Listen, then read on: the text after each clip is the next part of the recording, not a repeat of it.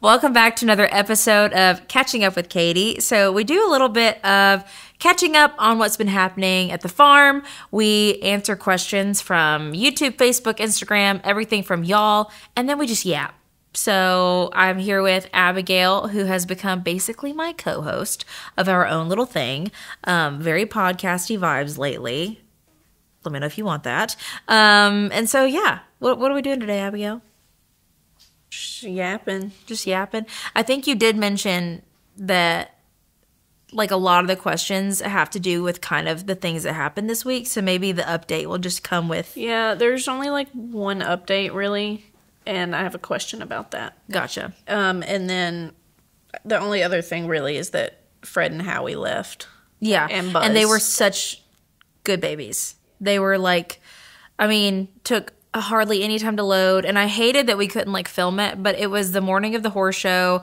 We were like very, very rushed. I thought I was gonna like miss Presley showing, and so the trainer got there, they loaded up, they each had their own box stall, they got to lay down in it. Like, it wasn't like a normal thing where they had to like stand up the whole time because it was a very long drive.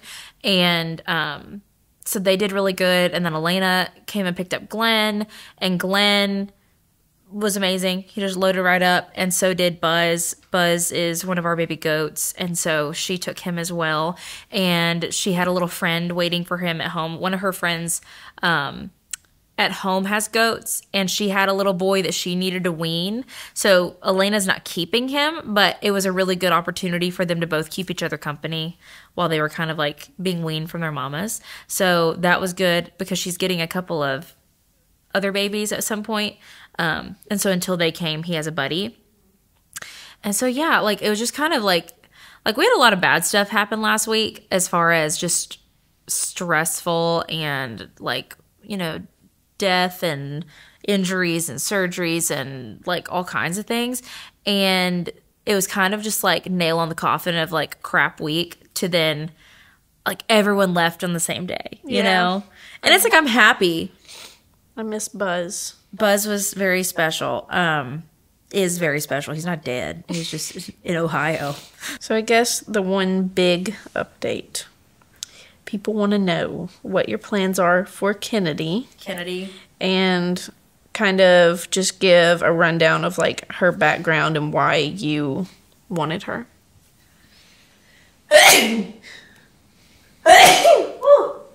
Excuse me. So Kennedy is... Okay, so let me just start off by saying, like, we literally already posted a video saying I'm not buying another horse this entire year because I had said how full I was in our bull... in our barn. Oh, Lord. I had already explained how full our barn was, and I was not looking for another broodmare at all, which was very true.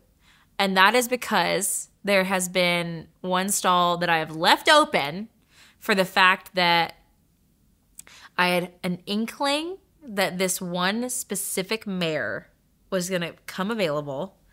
And if that stall was going to get filled, it was going to be her and her only. Like, I've said no to so many really cool opportunities this year because it wasn't the gut one. It wasn't the one that I knew was meant to happen.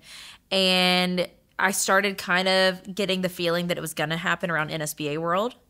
And then it finally worked out. And so Kennedy, her registered name is VS the First Lady. She is by VS Code Red and out of the amazing mare Cool Looking Lady. So there's a lot of pieces to this with her. One of them being that she, on paper, meaning like her bloodlines, like her registration papers, on paper, she's a full sibling to the baby we lost this year.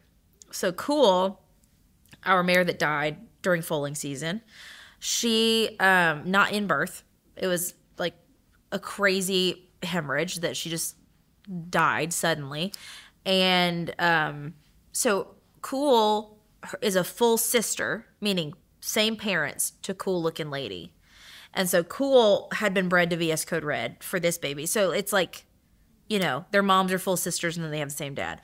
And so that, I was like, oh, what a cool mare, you know. And then I bought Denver, first things first, in like April, and that was her oldest baby. So Denver is VS the First Lady's oldest baby. And I was like, how cool is it that he is the son of, a full sibling to that baby we would have had. Feels very, meant to be. And then, like, she herself is just an incredible show horse. Like, she's a reserve world champion, NSBA world champion ×4. She's won the Congress. She is still very young. She's only 9. And she didn't retire because she was, like, unsound. It was purely because she, like, was ridden by their daughter, and their daughter decided not to show anymore. And they were like, we don't really want to sell her. She's won everything already. Let's just, let her kind of retire to be a broodmare. And so she's carried one baby before this one that she's carrying right now. And the others were all embryo transfers. And so she's bred to machine made. So I'm unbelievably excited. Like, can't even explain how excited I am. And the fact that she's really big, like she's 16 hands. She can be bred to both Western and English stallions. Yes, she is super related to my studs. Like, I couldn't breed her to my own studs. But it's kind of the same deal where if I kept a baby from, breeding Wayland to my mare or Denver to my mare, I wouldn't be able to breed them to my studs either. So it's kind of that same deal where I'm okay having, a few mares that I can't breed to them, and I'll just breed her to outside studs. So very excited for all of the possibilities. And I'm so grateful to Amy and the Smith family for allowing me to even have this opportunity. So what are your future plans with her? My future, so obviously we just got to get through this foaling season. She's due very early. She and Erlene. Okay, fun fact. Erlene is also bred by Amy and came from the same place that Kennedy coming from. So they get to have their babies together first. They're both due in January. And then they get to go out together first. Like, Amy texted me today being like, does she get to go out with Erlene? I'm like, Aww. yes. That's like literally they're going to be like together, with their babies first. And so that's really, really cool. I respect the Smith family so much. They're very, very well respected, and they do everything right. They are just such cool people. And so I would like to potentially breed her with some hunt seat studs due to the fact that they haven't yet. And when I was talking with Amy, when we were talking about if I was going to buy her or not, I had asked if she'd been bred with any hunt seat studs yet. She's been bred with RL Best of Sudden, which is Denver's dad. She's been bred with Hey Good Looking, VS Flatline, and I think there's another one. The Lopin Machine, maybe? I can't remember. There's still a wide variety of Western stallions that she could be crossed with. I think, I would really like to try Making Me Willie Wild. And then I'd really like to try Good, Better, Best, Allocate Your Assets, Easy on the Eyes, a bunch of hunt seat studs. So I think that's kind of where I would like to do it. I'd like to do ICSI with her, get some embryos, frozen just for safekeeping, and probably do at least 2 babies of my own for next year. I have no clue what the plans are for if I'm going to be selling any of her. I have no clue yet. I mean, she's not even here yet. She gets here tonight. So, yeah. Do you think you'll ride her at all? So she's sound. They're funny. She's this, incredible show horse, and they're like, oh yeah, we take her out with the cows. We trail ride her. We do, she has her own pond at their place that she rolls around in, and so very much if I leave her open this next year to do ICSI with and whatnot, I very much plan on, not hard riding, but yeah a little bit. I can't not. She's too cool. That'd be cool. Somebody asked what the difference between the World Show and the Congress is, why you like it, why you've been going for so many years. So they're both kind of like the it shows for quarter horses. So the Quarter Horse Congress is technically just an AQHA show. It is put on by the Ohio Quarter Horse Association. It's always in Columbus. It never moves. And there's no qualifying.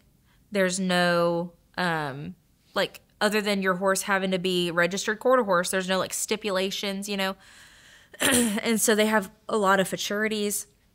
They offer literally every class imaginable at that horse show that the quarter horse can enter. So it starts off with reining and goes into the cow horse stuff, and then like reining cow horse and cutting and like all this stuff.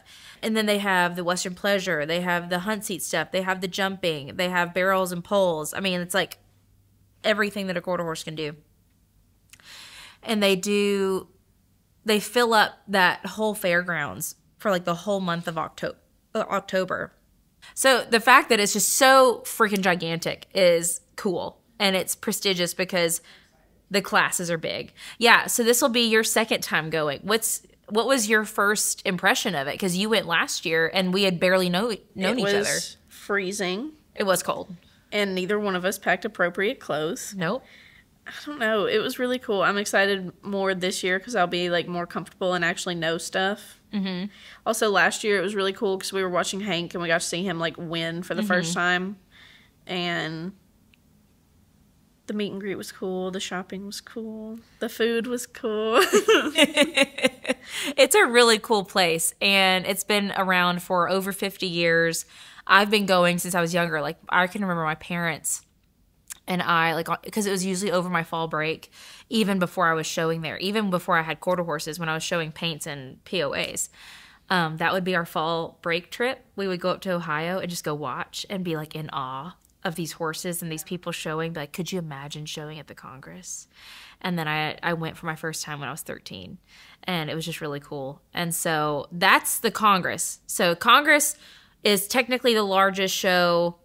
It's the largest single breed show in the entire world. So I'm sure there are other shows that are maybe equivalent or maybe larger, but they have a bunch of different breeds and things like that. This is the largest, like, single, there's only quarter horses here, show in the entire world. And so that's that. And then the world show is, I could be wrong, and I think it's however people look at it.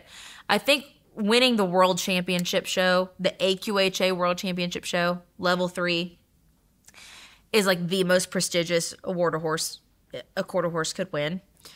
And that is because it's so much more limited to obtain. There's not as many classes. There's not as many awards, right? Because at the Congress, there's walk trot, there's novice, there's like all these lower levels as well. Still super hard.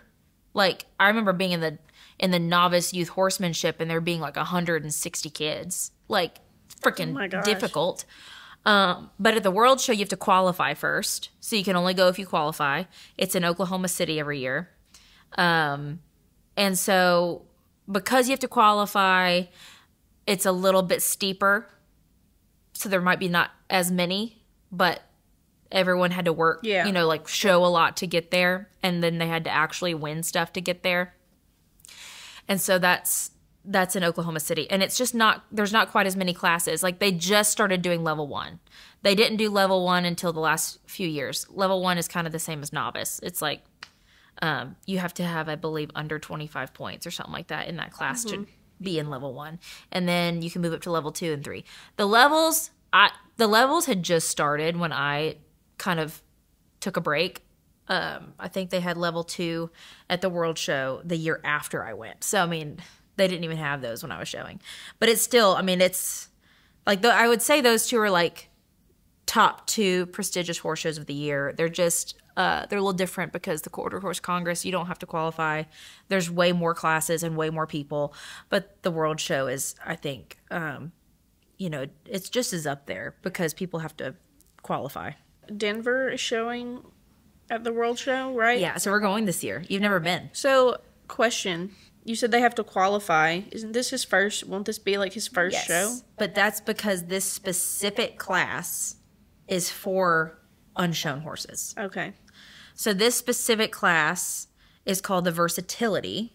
And I think it's the coolest thing ever because it really showcases the versatility of an all-around horse.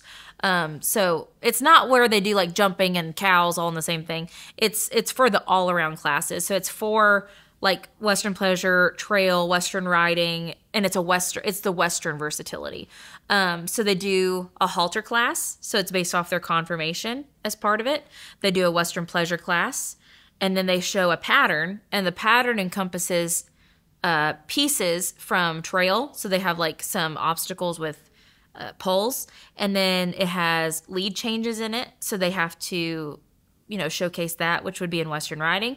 And then I think there's some spins and a couple of things they have to do, which would be in like horsemanship and things like that. And they do that all in one class. So that it's not like, oh, halters this day, pleasures this. Like they do it all at once. They go from, I believe they do the halter first, and then they have to saddle them real quick, do the pleasure, and then they go straight from pleasure into the pattern. Interesting. And then they get scored on each division. So like, the horse that wins the whole class might have been 4th in halter, 1st in Western Pleasure, 3rd in the pattern. So it's like an overall score. Okay. Yeah, so I'm really excited. Me too. And it's all 3-year-olds. So they all have to be the same age, all of them unshown. They can show in the Pleasure, I think, going up to it, but they can't show in Trail, Western Riding, or anything like that. Nate, you excited for the World Show?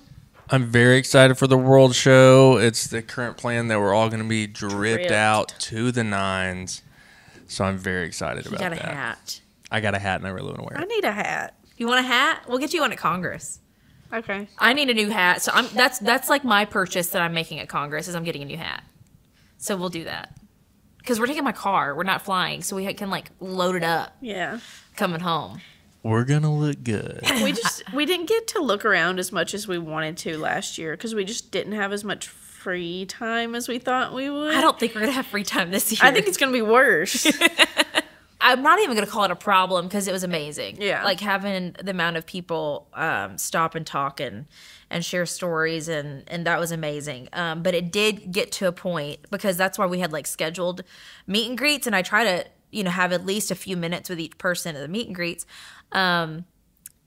It got to the point where like we couldn't even walk around last year. And so we had I remember we hid out in D Design's booth for a minute, and they let us, cause I needed to just like be on my phone and not speak for a minute. like just kind of go brain dead. Can we say when we're going to be there? Someone asked. I don't know the date specifically that we're doing everything. I know we haven't announced the meet and greet dates yet, but I think we're going like the 12th through we get there the 12th. So we'll most likely be the 13th through the 17th. I don't know. What days are we there? They have down that we're doing a meet and greet that Saturday, which is the 12th. So we would get there on the 11th. Okay, you know better than me. And then there are 2 other meet and greets during the week. What time do I come home? I don't know. The 17th. Okay, Abigail knows. I don't. Unless that has changed, that's what I had. Yeah. So 11th through 17th is when we will be there. So I think we'll get to watch quite a bit, and we'll get to maybe have some like downtime, whereas we didn't last year. I need to go ahead and get I think I'm doing an Airbnb instead of a hotel, because that hotel was rough. It was. That was rough. 1 room, 1 bed. Lots of toots. Hey. We barely knew each other last year. We've already told this story and outed me once.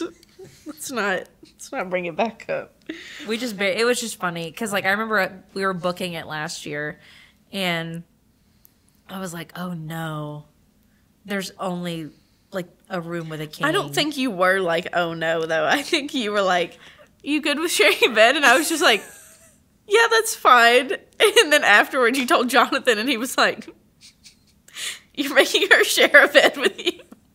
I think, okay, I will say, because I feel like I didn't think anything of it. After the fact, I was like, oh, that's a boundary that I should probably not cross. Then didn't I like give you the option? I think I gave you the option to be like, we can try to find somewhere else. It's fine. It was worse for you, it seemed, than it was for me. So toots. Yeah. But I think I'm gonna try for an Airbnb this year, just because we've been having good luck with Airbnbs. But also, I mean, there are some spots around there that aren't that safe, so I don't mind a well lit parking lot. Yeah, but true. We'll figure it out. What happened to Jordy? So Jordy, that's a whole story, which I'm okay to tell. So Jordy, you know how I always say, I'm like, I have to go with my gut and I have to just let things happen that are supposed to happen. I feel like Jordy was a really good example of me forcing something. And that's why it didn't work out. So I got it a wild hair at the end of 2020. And looking back, it's probably a little bit of covering up grief and some stuff. My Nana was really sick at that time and was going in the hospital, and she was like my safe person, and there was like a lot of stuff happening. And I decided that I wanted to just get back into showing. And I thought that that was like the thing that was making me so like feel so wrong or sad or, you know, whatever, that I wasn't doing what I normally do. And so I was like, I'm going to get a show horse. And I didn't have it in my brain like, okay, I'm now open to finding a show horse. I was like, I'm doing it.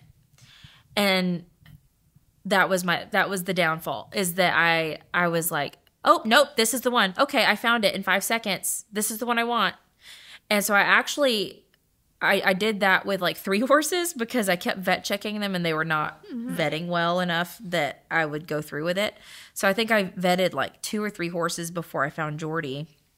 And Jordy is so nice, like such a nice horse.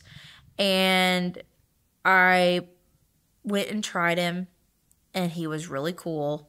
And he was still, you know, young. And I was still kind of like thinking I was going to DIY it, meaning not have a trainer, because I'd had some success doing that with a couple of other horses.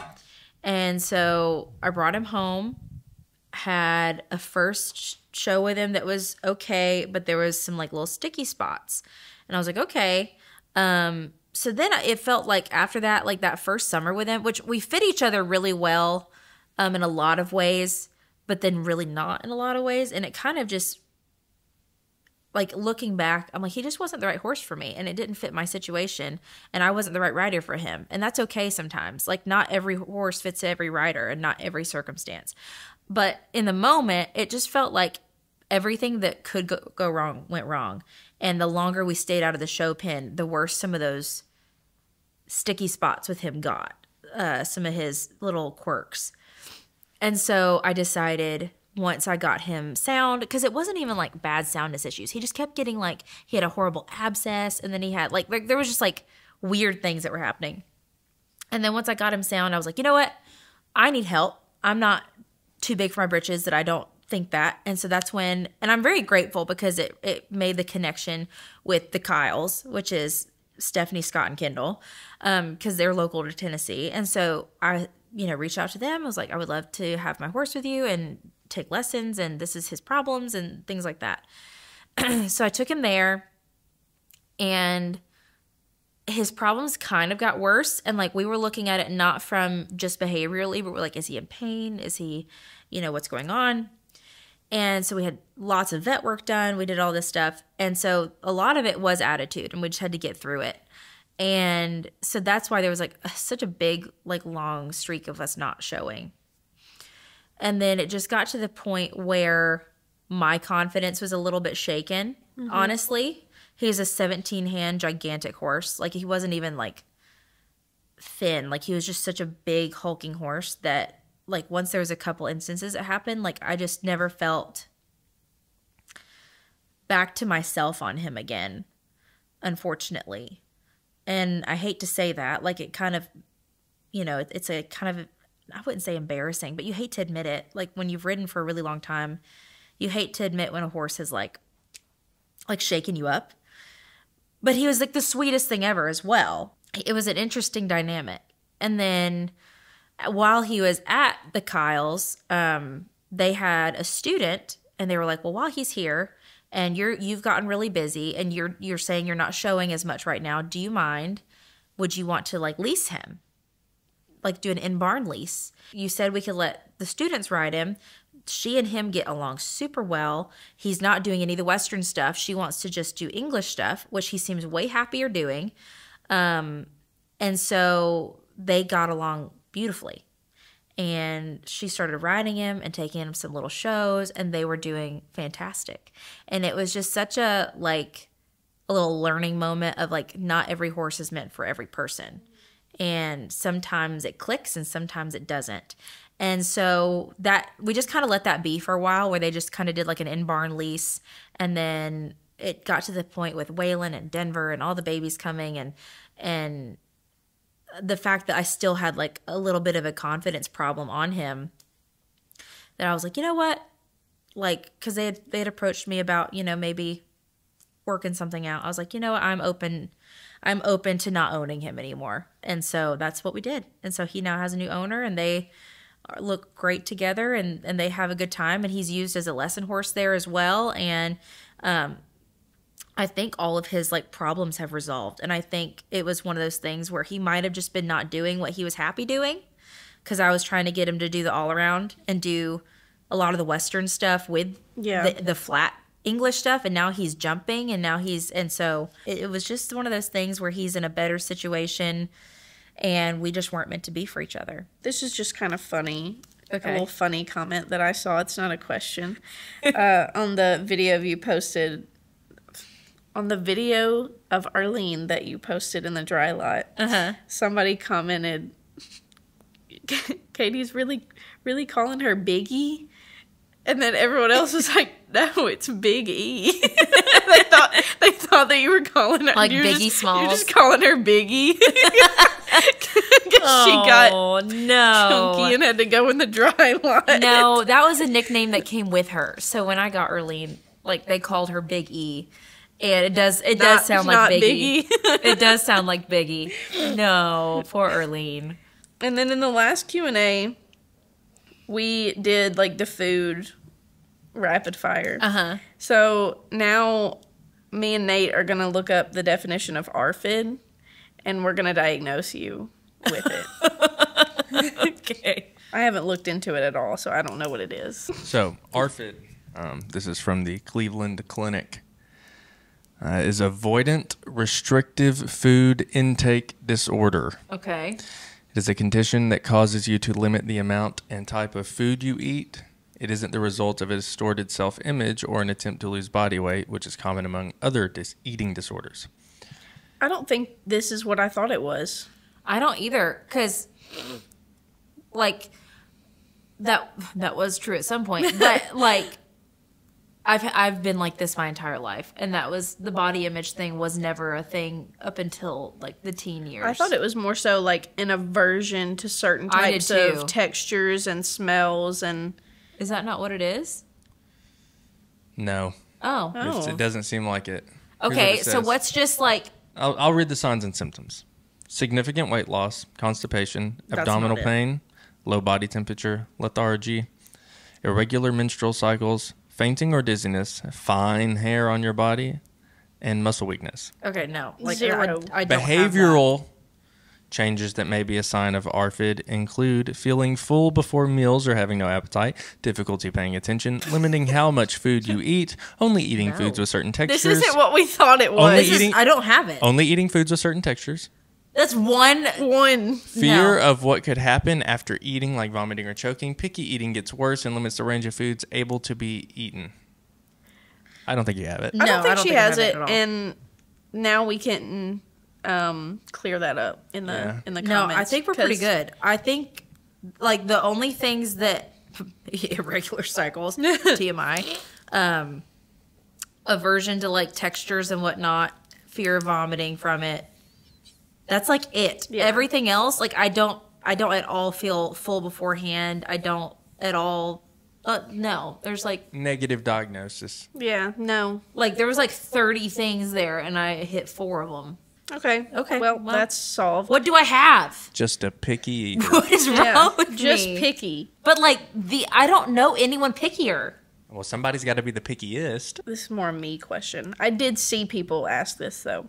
They were asking about what letter year this is for the calves, for their names. So it is M. It's M. It's M. And then I thought we should come up with like a theme to follow. Huh. So, like... Because we've already had a few calves. We had Maybelle and Mooch and Mayhem. Well, starting now. Okay. For M's, like, what are some possible themes we could use where there are, like, enough that I want to they name can Leona's all be Moana.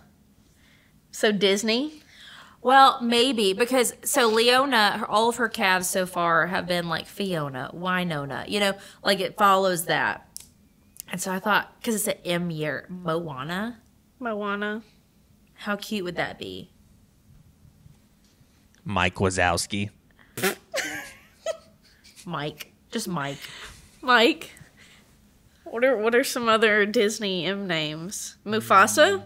Mufasa. Okay, but we have to have 23 names. Yeah. If anything, Disney, Mulan. I feel... Mickey, Minnie. Maleficent. Mulan, Maleficent. I guess you could do Disney up to a certain... You could do Disney for the... No, I was going to say those are boy names. I was going to say for the girls, but... There's a lot more than we're thinking I looked of. up the M names. There's a lot. M names for Disney? Disney. Okay, rattle off some. Magic Mirror, Monstro, Mickey Mouse, Minnie Mouse, Mortimer Mouse, Mrs. Jumbo, Mole, Mad Hatter, March Hare, Michael Darling, Mr. Smee, Maleficent, Merryweather, Merlin, Mad Madam Mim, Merlin is so cute. Mowgli. I Good love ones. Merlin. Merlin's really cute. Throwback Mushu. Mushu. Oh, those are cute. Those Merlin, are Mushu, Mowgli. Marshmallow. Okay, from Zootopia? should we branch out to Pixar?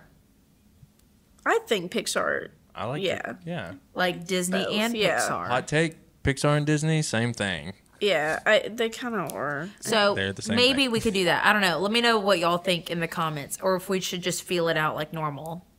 Yeah. Or if you can think of a different theme with that many options. I do like I do like just regular people names, and I don't want anyone in the comments. That, though. I don't want any. I like it for always, Abigail.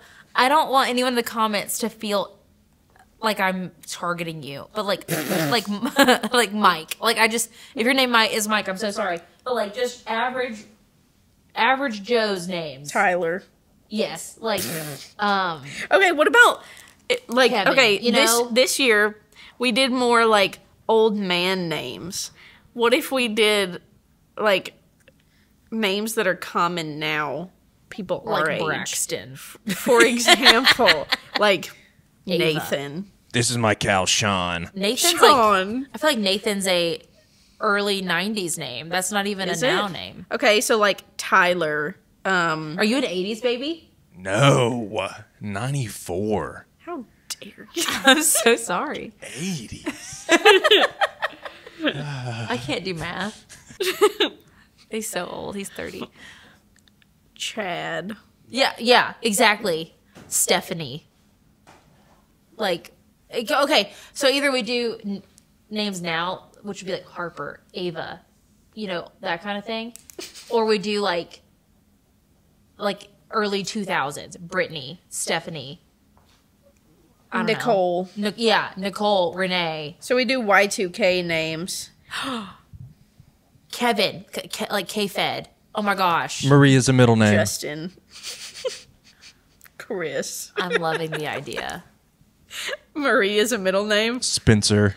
Yeah, they all have a middle name, but it's all Elizabeth. Elizabeth, Marie, Nicole, or Anne. Like, I do feel like Nicole was such an overused middle name in the 2000s. Okay. Well, vote on that. Nate, I think we're ready for your Okay. thought-provoking question. oh, you have a thought-provoking Well, I have question? two. I have two, actually.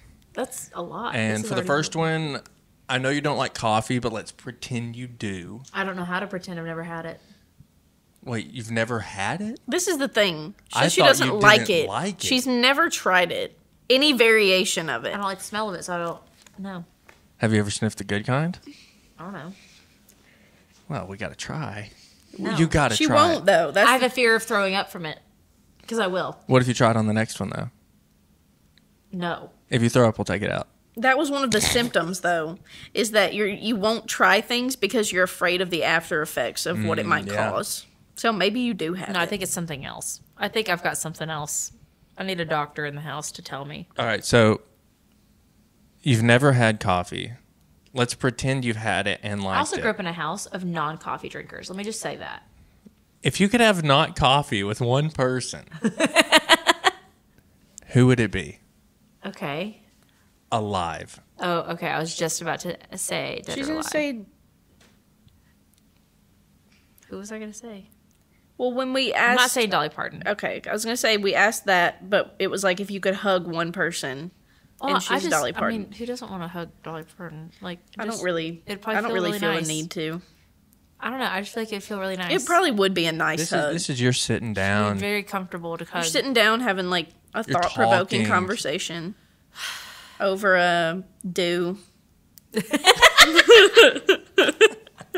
Over a dew. Nice cup of dew. Cup of dew. It's really sad because like the only people I can think of are dead. Like I can't think of anyone alive that like I don't already talk to that I really, really want to talk to.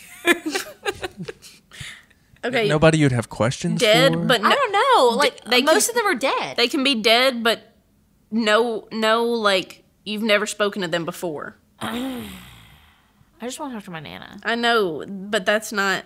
That's what she consumes my brain. Oh, okay. I Grandma Michael. You've never spoken to her? Because here's why. She died when my dad was 13. She died at 39 years old from lung cancer. Everyone in our family says I am like her made over, but we've never met. And I find that so interesting how genetics work and how like the lore of Michael can like create me. Yeah. You know what I'm saying? So she was like the OG horse girl. She was so obsessed with Appaloosas that she painted spots on her car. She she played guitar and sang and wrote music and like just seemed like the coolest chick. And yeah, like the fact that I'm apparently, they say, so much like her, but you know, there was 30 years between us. That's cool. Yeah.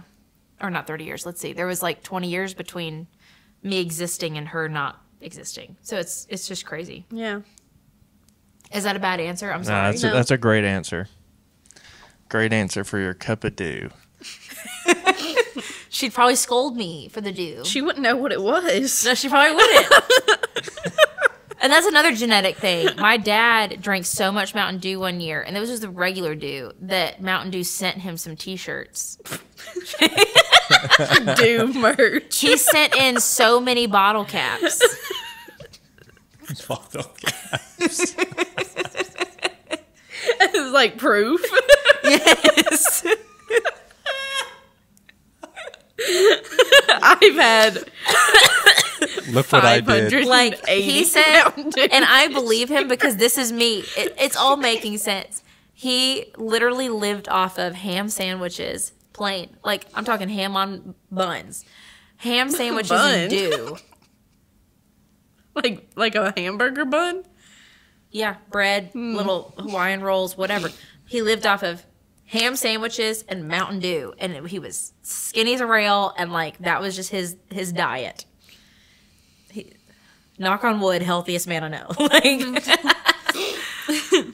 All right, last question.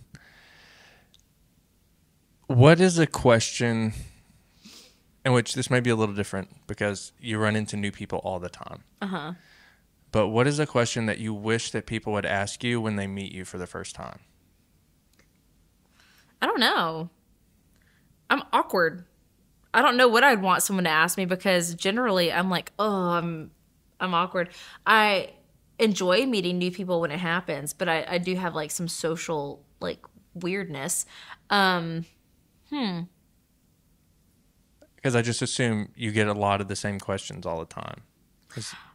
I guess, okay, it's not even a question. It's more so that, like, sometimes and this just comes with the territory. I'm not going to complain about what I do for a living in the slightest because it's the greatest thing ever. But sometimes when I'm talking to someone, I really wish that I could be the one that told them about what's going on. Like, sometimes the social media aspect takes away conversation because I really want to be like, oh, this happened this week. But, like, they know that. They know. And so it takes away the fun of talking sometimes. That makes sense. Yeah. It's also just like you're repeating stuff. But that's just my that family you've too. already said on social media, like just repeating it over and over. I bet it takes the fun out of A little talking bit, about but even like my family or my cousins or like whatever, they'll be like, "Oh yeah, I saw that happen," or they don't, or like this is one thing I've noticed is that people stop asking me anything that's going on because they know. because they just know.